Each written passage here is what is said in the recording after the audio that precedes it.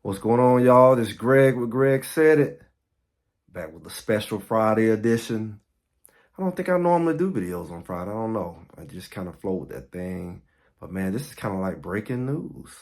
Like I just found out. I thought I was late, but I'm not that late. Maybe an hour late. And if you're late, you're just seeing it. But you're going to see it. You're going to hear about it close we get to the game. We've been talking a lot about the Colorado Buffaloes. And if you follow the Colorado Buffaloes and you follow my stuff and you're not subscribed, subscribe right now. What we waiting on here? You watch the videos. You know we're going to talk about the Buffs. You know I'm going to bring it to you. I'm going to bring it to you real. I'm going to bring it to you raw. Go ahead and subscribe right now. All my returning people who are not subscribed, 1,000 people subscribe right now, right? But we've been talking about this thing, about what's going on with the team. We've been going strong since day one. No jump in the middle of the season bandwagon guy here. We've been following this thing. Been pretty much on point. And recently we talked about, the running game and the issues they've had. Well, we wanted to have unity issues with the coaches.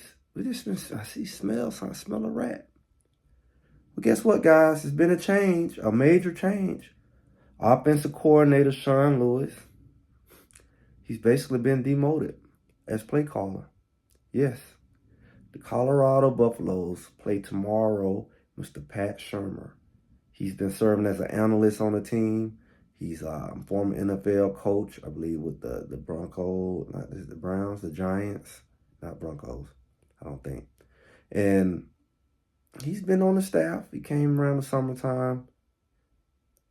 NFL mind, offensive mind. He's going to be calling the plays. I wonder what it's going to look like. I know everybody have their opinion, their guess. What is that going to look like? Is that going to answer the question about the run game?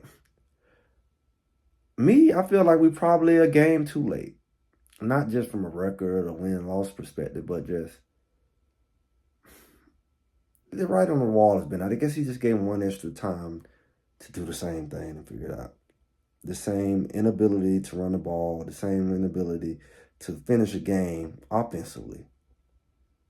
Being in a game. And, for one, to keep your quarterback off his back, risk getting injured. And I don't know if you all remember, but I do. And I've been saying it. Haven't heard a lot of people say it. Looking at other people's stuff, I can support other YouTubers. I remember that. I forget the name, but it was a running back list. Preseason running back list. So running backs to watch for the top running backs in the Power 5, right? The FCS. And we had 3 running backs on there. And of course, everybody's new, so it's based off of prior production. Mr. Alton McCaskill was on there. Kavasi Smoker was on there. And Savion Wilkinson was on there. 3 running backs from one team was on that list. I don't know how many people on that list, but I doubt that each school had room to put 3 running backs on there. So for somebody to say we can't run the ball or we don't have this or that's kind of off, because the people who predicted the season, man, the projection-wise, projected us for at least one of them guys to have a great year. Now we just seen Mr. McCaskill, strangely enough, as the redshirt. Now I heard a weird comment on another channel like, hey, he knew what was coming. That doesn't make sense, because that would be bad, because you're saying that the coming changes in the offensive coordinator means you're going to run the ball less or more. I don't think they will bring in somebody who's going to make any more imbalance to the offense. I think it would be the opposite. So that means that it should be more running the ball take place, which means that maybe he just feel like he's too far behind, but I think more running opportunities are coming.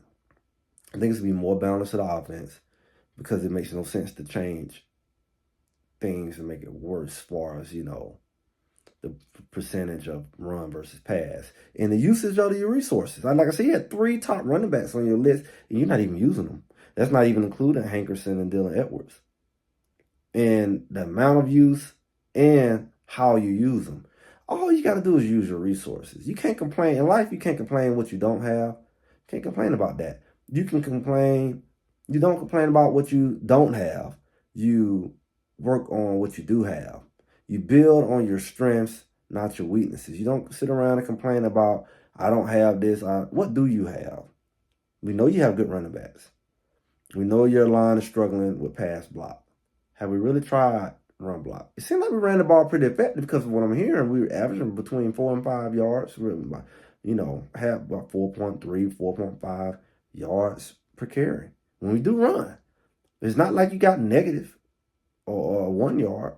So you can't say you can't run. You're not doing it consistently enough. But when we do run it, whether it's at the end of the game, a game out of hand or whatever, no matter who's in, they run the ball well. You can say it's garbage time, but the yardage is there. So they're blocking. Maybe the line is more comfortable with the run block. And like I said in my last video, and even you seen a snippet in the short, it's a lot less pressure on you because you can get to the man before he can make moves on you. I mean, he has the momentum. If he's quicker and faster than you and he's coming towards you, you're going backwards. I think it's a lot harder to block somebody as you go backwards and they're coming towards you. One, they have the momentum to run through you.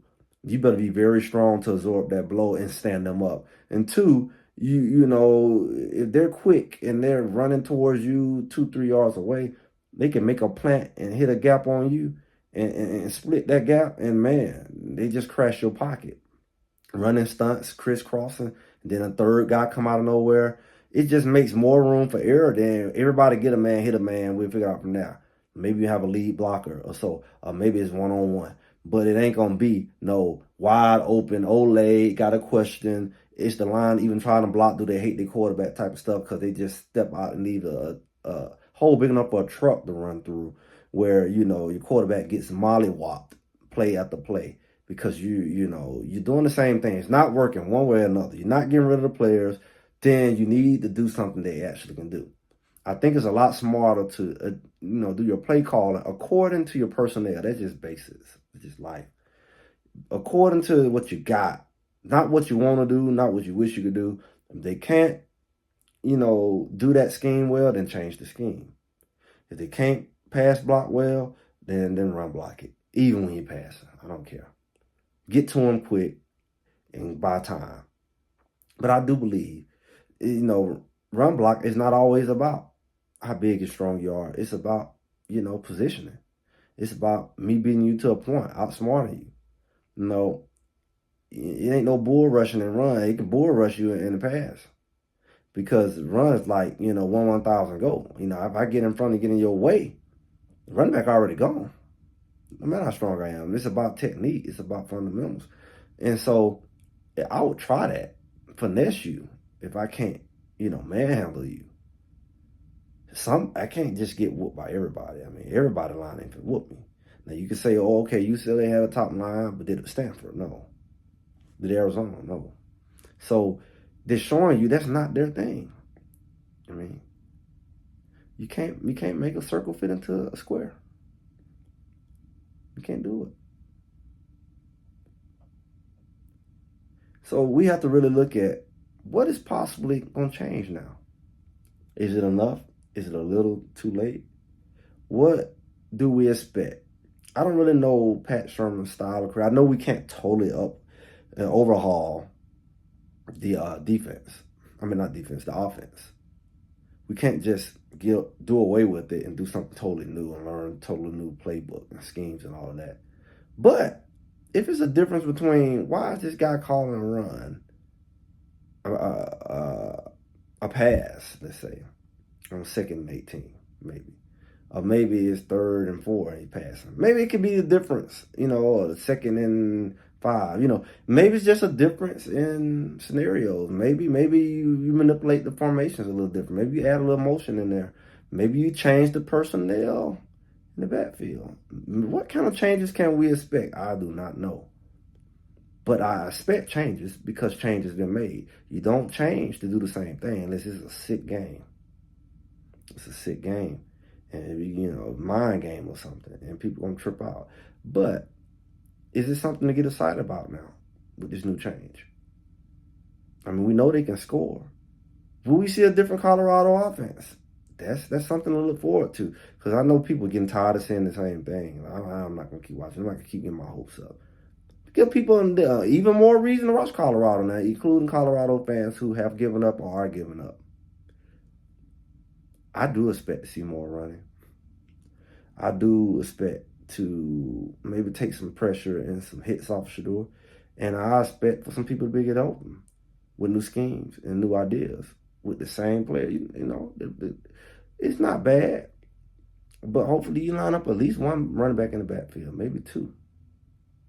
Put a tight end in there. Use them. Help block. We haven't seen that. But when we have seen it, it's worked. When we have seen motion, it's worked. We got pieces of the puzzle that have worked, and they ain't even did that consistently. We got personnel, what we call Rick Ross. We haven't seen a Rick Ross set in a few weeks. It worked. We haven't seen it. We was on the goal line in the red zone how many times last week? Rick Ross didn't come out there not one. Oh, not once. And then when we get in there, be creative. Use your resources. You got too much talent on that team. So I'm interested to see. Unfortunately, we got to wait another long whole day again with them late night games. You don't want to throw away your Saturday just to hurry up and get to the game.